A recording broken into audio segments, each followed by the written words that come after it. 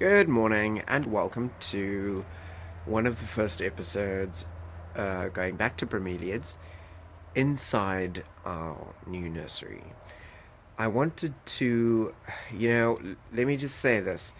The space that we're in, this room that I'm in right now, the grow house, uh, it it has a very high humidity and it's got misters and sprayers and what you have. So what I have learned is that our ambient humidity outside of this building, ambient being the general air temperature, the general sort of atmospheric conditions, whether we're talking about humidity or temperature or whatever it is, for those of you who don't know what ambient refers to, um, is already pretty high. So our humidity in wilderness averages out, I think, at about, from what I've experienced, at about, I'd say, between 65 and 80% throughout the year.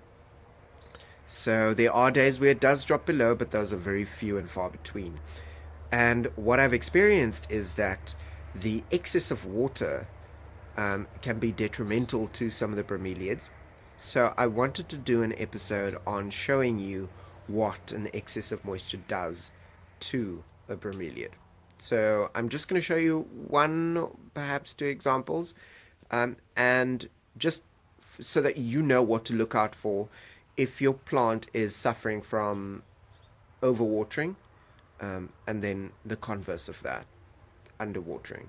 So let's take a look at an Aechmea fasciata. It's a very young plant, and what happens if you don't keep your hand on it, if you don't keep your eye on it. Since we've been busy, and we still are busy setting up the space, it's just been water and let it go, water and let it go. So what happens in the grow house is the humidity stays really high, so the water doesn't really get to leave, and I just keep adding more water to that. And what you will find is that if it's not an absolute epiphyte and it's in an epiphytic position, you will get root. The core of the plant will begin to rot. So let's take a look at what that looks like. So this is Aechmea fasciata, right? And already you can begin to see the leaves right here along the side.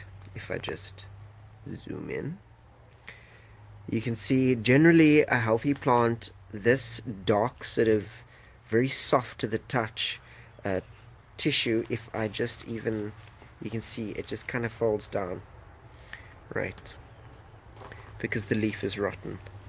So it just comes straight off right there. That, my friends, is overwatering.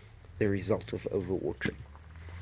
Down in the center of the plant, you can't, I don't know if you can really see that, but let's see if I can get some light onto that situation. You can see that down in the center, that new leaf is also brown. So this plant is basically not doomed, but this particular plant, the core might survive, but the particular plant is, it's already tickets, basically. It's over. So that's quite sad. But nevertheless, what I'll now do, how you control this is just to let it sit and dry out and then repot it into a drier medium, or change the conditions. So in my case, they're sitting straight underneath that table right there, so they get all the through fall. And there isn't too much light coming in there, so a lot of them are actually rotting. So there again, that's the central leaf, and it's gone. So the plant will now produce side shoots to actually compensate for the loss of the original seedling. Luckily, it's not a lot of them, but yeah, it's a lesson learned. So for those of you out there who have your plants in a similar situation, be it in the garden. Doesn't have to be in a greenhouse for this to happen. This has happened to me at home as well, in the garden. I think the biggest lesson here is that you need to know where your plant comes from. That's how I think about them. You need to know where they originate. So if it says Brazil, check where in Brazil. If you can find out, is it Bahia, Brazil? Is it Minas Gerais? Is it, which place is it? And and then what kind of conditions prevail in that area. So what is the ambient humidity throughout the year? What kind of substrate do they generally grow on? What's the average temperature? It's a bit of research that you need to do, but it's well worth it, because then you really get to understand your plant better. And that counts for pretty much all plants.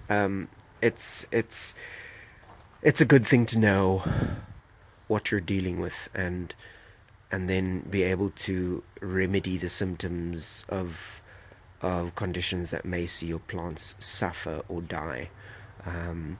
Some other species are loving this, especially tillandsias, for example. The tillandsias in this room are just, if I just show you all of them, a lot of them are coming into flower right now. Some of them are actually seeding, so they're producing seed. This one's about to flower, and so is this. So from plant to plant, basically it depends on what kind of plant it is, what it prefers, and what you are giving it. So if you give it too much, that's what you're gonna get. If you give it too little, I'll show you a plant that a bromeliad that is suffering due to a lack of water, or has suffered. Don't have very many of those, but I'm gonna find one, and then we'll just take a quick look at that. All right, be right back.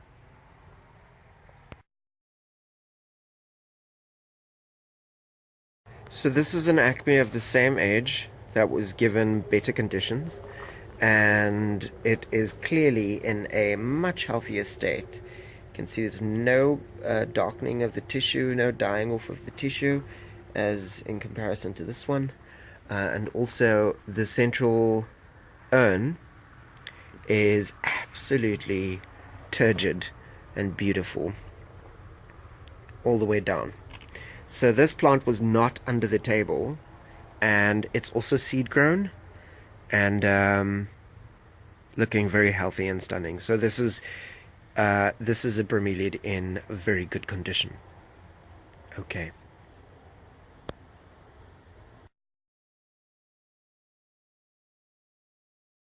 Okay, this is called Aechmea popcorn, Nerogelia popcorn, sorry. Very beautiful flower. The plant is finally coming together. I've neglected it for a while. It's just kind of been laying because I found out it's a bigeneric hybrid, and I'm not too keen on bigeneric hybrids. So, I didn't really care for the plant too much, which was silly and selfish and all of those really bad things. So I've learned my lesson, and I brought it over here now just to actually bring it back to strength and health. It's still flowering in spite of my neglect, but what I wanted to show you is what a plant that's suffering from too little water looks like. And you can see the leaf tips, they begin to die from the outside going in. Okay, there again, and there, this one. So the entire plant, it's doing better now. The leaves, they also curl inward when the plant is sort of kind of like that. They're generally a little bit more open. So this one also suffered quite a bit. So yeah, that's what happens when a bromeliad gets too little water. And also not just too little water, it could be the fact that the medium is wrong.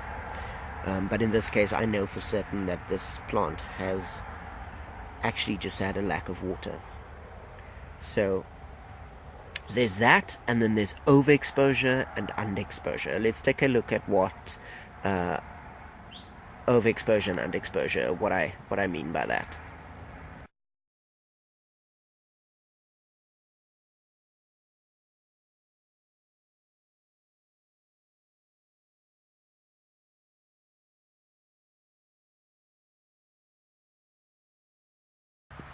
So, this is a bromeliad in a relatively good state as well in terms of exposure to light.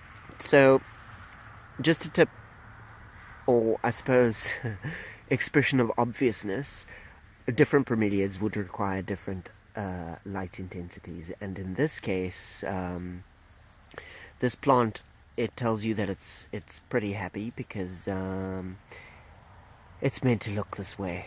You know what your plant's supposed to look like, so you'll know that if the color's off, it's either someone you bought the wrong plant or something to that effect, or there is too little or too much light. Let's show you what too much light looks like on the same plant. So this one's been in too much light, and you can actually see the leaf is it's not in danger yet, and it's not burning, but it will when summer arrives if I leave it in this position. So basically, this, you can see the mottling, those spots are very faded, and so this plant has received too much sunlight, and the other one has not. If they receive too little light and it's a sun-loving plant, what you will find is that the plant will actually lose most of its color, to the point that it actually just turns green. So that's in deep shade, your bromeliads will just kind of turn green.